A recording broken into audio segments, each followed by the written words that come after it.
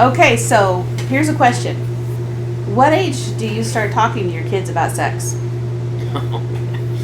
I didn't warn him on this one. That's funny. Yeah. Why is it funny? Do you know what age we started talking to kids about sex? When they were born. And why is that? Because they had body parts and they were going to point them out and go, ooh, what's this? My nose, my ear, my...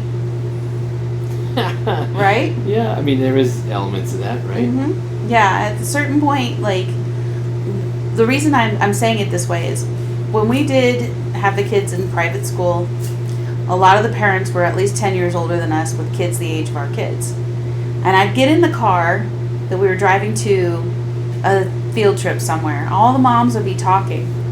And they would be struggling with how to talk about birds and the bees with their kids. Now, mind you, their kids are going into middle school. They're old enough to already know all their body parts. And they have not had the conversation with their kids. And I was floored. Because as soon as the kid is old enough to ask, what is this? There needs to be an age-appropriate conversation as to what that is and why it's important, why it's special, and why it shouldn't be mistreated by themselves or by others. So, what age is appropriate to bring the sex topic up with your kids? Well, at birth. So... Yeah, I mean, I think it's worth talking about kind of as it comes up because it does. Kids are going to ask really dumb questions. They're not dumb. They're just... They're going to sound adult, dumb to you. Yeah. You're like, what? Why would you be asking that question? Uh-huh. And you can't blow kids off when they're trying to ask questions. The reason they're asking questions when they're talking isn't because they're stupid. They're asking questions because they need to learn. Right. They need to learn what it is. And I see a lot of parents just going, oh, kid, you're not old enough for that. Oh, kid, you're, well, we sit were at the treated that way. kids' table and you're to be seen and not heard kind of garbage. Mm-hmm. That's the way we grew up. I mean, that's as Gen X kids grew up. We were to be seen but not heard, And anytime we ask questions, oh, I can't believe you even asked that. It's like, well, then what do you... Okay, and now you're not answering it, so I guess I'll go ask Jimmy. Yeah. And Jimmy will tell me because his dad's got a Playboy under his bed. Right. Well, and so both of us, when we had kids, decided that if they asked us a question, we were going to answer it honestly at the age-appropriate level that it was going to be. Yeah, so for me, I think the first time that any of that came up, I wasn't paying attention. I didn't have any interest in that. I had no idea that it even worked that way or that anything even existed. So all of a sudden it was like, I think I was probably 7 when all of a sudden it just was like, oh, that makes me feel tickly. And I was like, what? What is going on? Why did that make me feel weird? Mm-hmm. So I felt like maybe, I would say it was before 7. Mm-hmm. So Same probably if I put an age on it, I'm say in probably that 5, 6, 7 range. Same.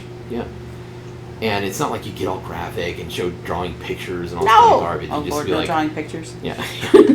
So here's how it goes. As it comes up and they ask questions, you're like, well, there's this and this and this. Why does mommy and daddy kiss? Yeah.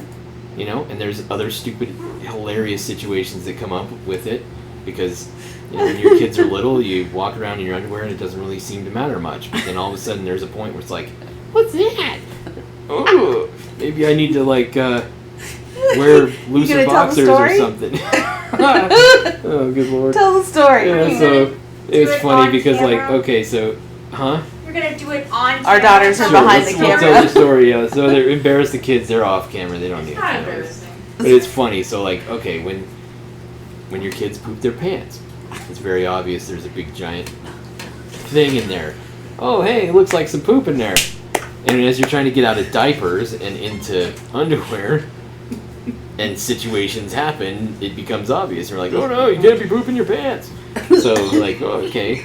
So here we are one time on a trip. It keeps going off almost every video. Yeah, every video we've got Anyway, the keep poop going. block in the background. So here we are on a trip one time, and I think we were on a cruise ship, and we were all in the same room. I think we were on the cruise ship. We were all in the same room. We just got into the stateroom, and we're gonna go ahead and get changed, go in a pool, or go and do something like that.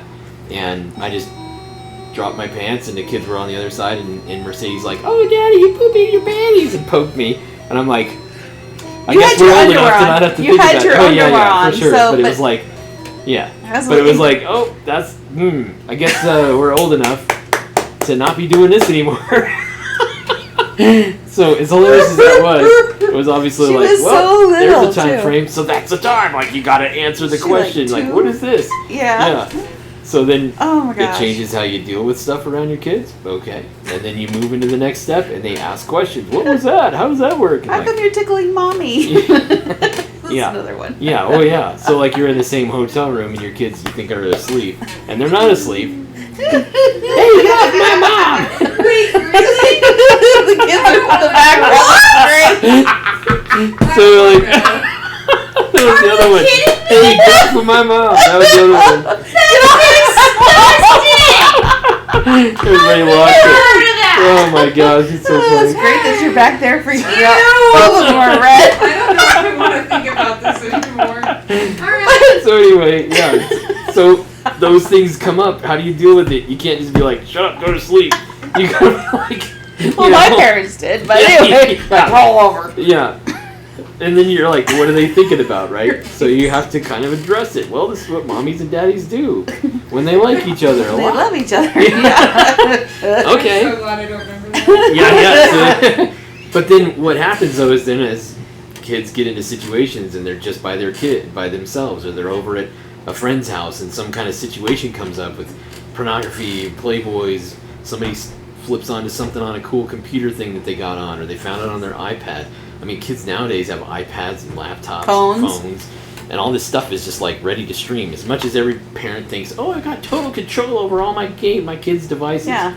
No, you don't, because evil's gonna find a way. Yeah. It's gonna sneak it into a Bluey episode. Yeah. And you're gonna be like, "What's that?" I've had a little one that we know that said, "Oh, I found some really naughty stuff," and it was like, "Sweetie, you need to not look at that stuff. We should talk to mommy and daddy about why you're finding naughty stuff." It's like, right.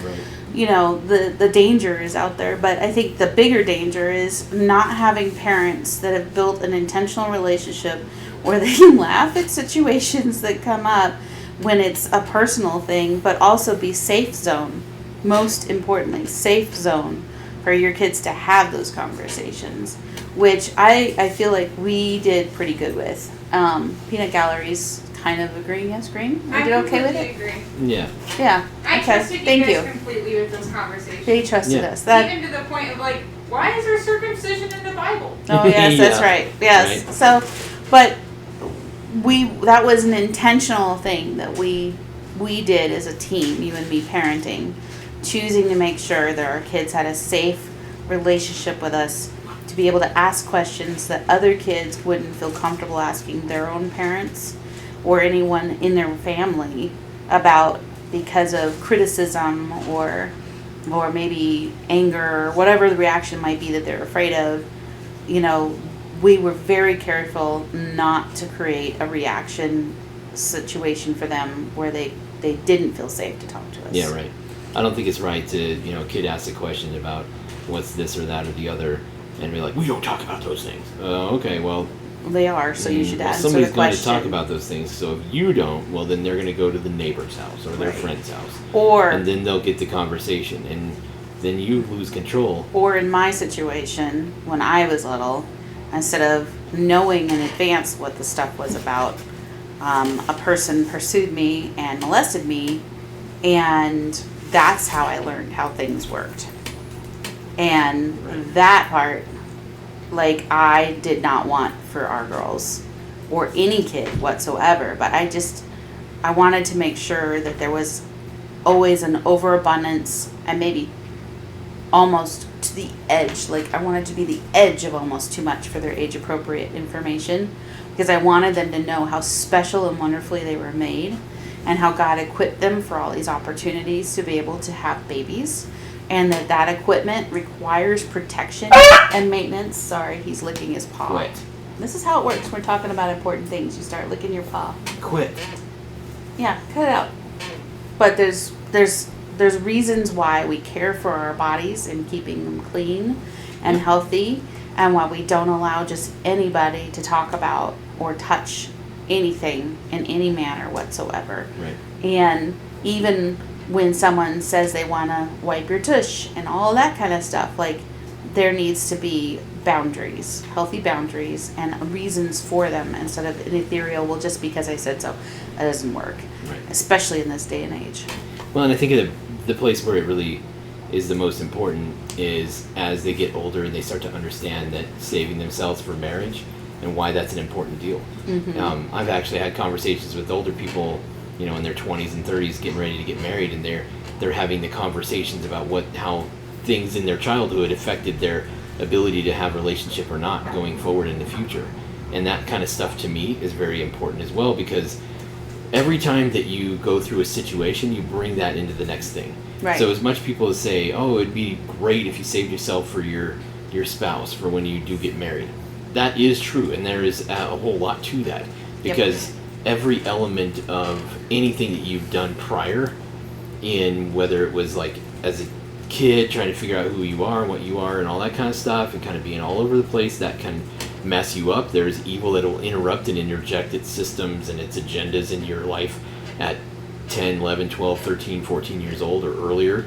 They'll try to mess it up. The school education system, indoctrination system is all about that right now. Mm-hmm. So that's, it's going to get in there no matter what. And if the systems are like injecting it at 5 years old, you need to interrupt it.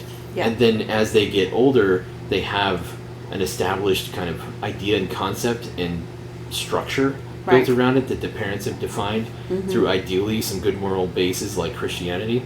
You're following Jesus's way of doing things in the Bible, and it talks about all this stuff, right? There's all kinds of things in the Bible that talks about this stuff. Right. And having the authority that you've set up as a parent for your kids, so that as they go through life, when we didn't save ourselves before marriage, so we have all this baggage that came with us prior, right? And we brought all of that into a marriage, and that took years to get through. And even 7. To this day, depending on whatever the thing is that happens, still more of that crap still comes out. We've been married for almost 26 years. I mean, 2 days ago, I had the thing I asked you about. We had to work through a couple of things. I was like, the heck is this all about? Right. And it's like, what is that going to do for anything? And we've gone through most of these things. There's no doubt in the future going to be still more.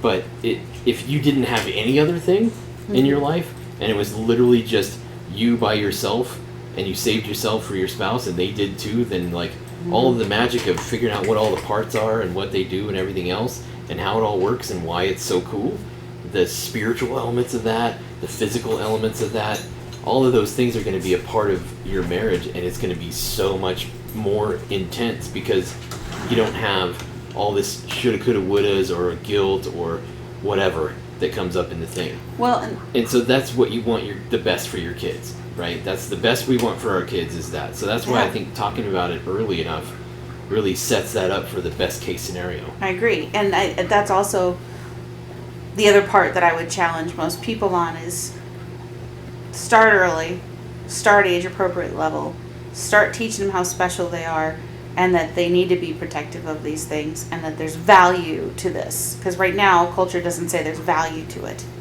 and when God makes you a female or a male and you have those parts and you're not taught that it has value, then you're going to be more apt to being swayed by all the stuff that's going on in society. The other thing is that you need to, as a parent, stop hiding what you experience. Right. And there are so many people that have been through rapes, molestation, who've had multiple sexual partners and had to deal with HIV/AIDS testing and STDs, who've had to deal with miscarriages because of the STDs, have had to deal with abortion turmoil and all of the grieving that goes on with that, and all the things that go on, and then sexual abuse, physical abuse, emotional abuse, all the things that get tied into when you put the wrong things in order. You need to be honest with your kids about what that was, the consequences that you've paid and are paying for those things. Mm-hmm. Because if you don't, then your kids are set up to figure it out for themselves, which means setting them up to have to go through the same pains and the same hurt that you went through and possibly more. Right. And I think that's wrong. You are stealing the potential of being saved from your kids. Yep. And if it's embarrassing, if it's something you've hid from people, if it's something that you don't want to admit, or that you've been redeemed from, but you don't have to talk about anymore, that's a fib. That's a lie. Because God has given you these children to be absolutely their warrior, the person that stands between them and hell. And you're robbing them from that wisdom. And that's wrong. Right. So my kids know about my molestation. They know about me being promiscuous and all the consequences that came from that, from a raping experiences that went on. They know about all of the different consequences emotionally that I've had to deal with, which caused us to be out of balance. And I had issues and you had issues that took forever to resolve, that they've had to live through some of the consequences on because of how our relationship was out of balance, and they were part of that. And all of the things they know, and they knew it in age appropriate levels, but now that they're adults, it's not shocking for me to sit down with them when we have a conversation and talk through, like, oh, what this is going on, or they have a friend that's going through this and they're worried about what if that experience were to happen or whatever.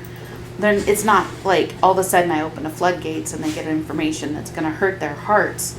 Instead, they have a confidence in a relationship with us where they know that they have transparent information from me on what that cost me and cost us and literally cost our family, because I made that decision. So, right. And I think this is the biggest spiritual battleground for humanity in the world, and especially now more than ever. Absolutely. I know there's biblical times where it might have been more intense than this, but I'll tell you what, now more than ever in our lifetimes, this is the biggest battleground for our spiritual existence. That's right. More than ever. You know, Satan and his crew can't reproduce. They can't do anything. All they can do is destroy, steal children, and kill and destroy. Steal, kill, and destroy. And that's what they're out for. So, you know, they're going to say, hey, you know what? The biggest place and way that we can destroy lives and destroy the future is to destroy your children. So, for you as parents to protect your kids by educating them, being a part of them, doing it all in a loving way, and doing it in a way that, like Heidi's saying, age appropriate, but also just real. You know, there's ways to talk to your kids and tell them and treat them like adults, and treat them like people that are asking legitimate questions, and don't blow them off, because this battleground is for real. And I mean, you got to be living under a rock if you don't know any of the stuff that's going on right now in whatever levels that is coming after our kids.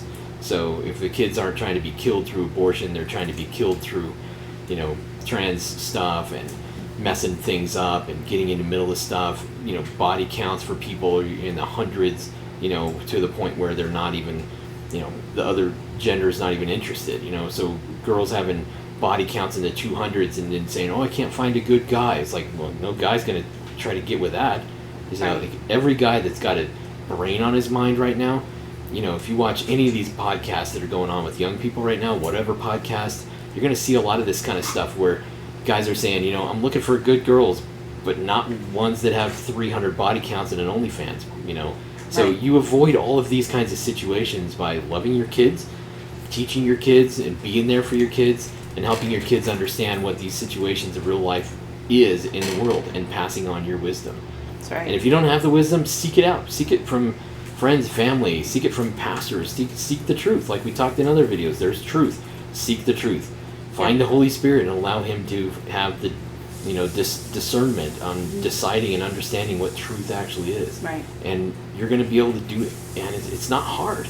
Educating your kids is not hard on all the things that you need to do. This is real life. Right. And real life is critically important for us and our kids, and now more than ever. Yeah, and I would say, to add to that, there are hard lines in life. There are beginnings and there are ends. There's also hard lines that come from woundings. And those woundings can be completely and totally avoided in most circumstances because of choices that are being avoided. See, important topic. You want to let him out, please? And so, hard lines in life. Right now our culture is saying that there are no hard lines in life. And it is important that we actually acknowledge that there are hard lines in life. And that the no's are no's. And that there should not be a compromise just because culture says, oh, we should live together before marriage, or we should let our kids be promiscuous, or we should encourage them to have somebody in their bed, or we should encourage them to go out and experience the world and all this stuff. All that's going to do is hurt your child. And you can lie to yourself all you want about your children being better off for experiencing it. But what you're going to find out down the road, and you may actually not ever find out, but you're going to have a wounded child raising another child and repeating the same thing because you didn't stand up and actually teach them where hard lines exist. And I love my kids dearly. They know they can come to me for anything, and whatever adult decisions they make, I will love them through. But they also know that because of the consequences that I paid with what I did with my body and the things I did not get to choose on with my body, I would absolutely advocate, and I am advocating to this day, for sexual purity until marriage. And the only reason for that is because I want them to be healthy. And that's it. And I think it's foolish of any parent to not want their child to be healthy. It is not health encouraging your child to be exposed to things that could potentially make them infertile, unhealthy, and dead. Right. And the experience comes with the years.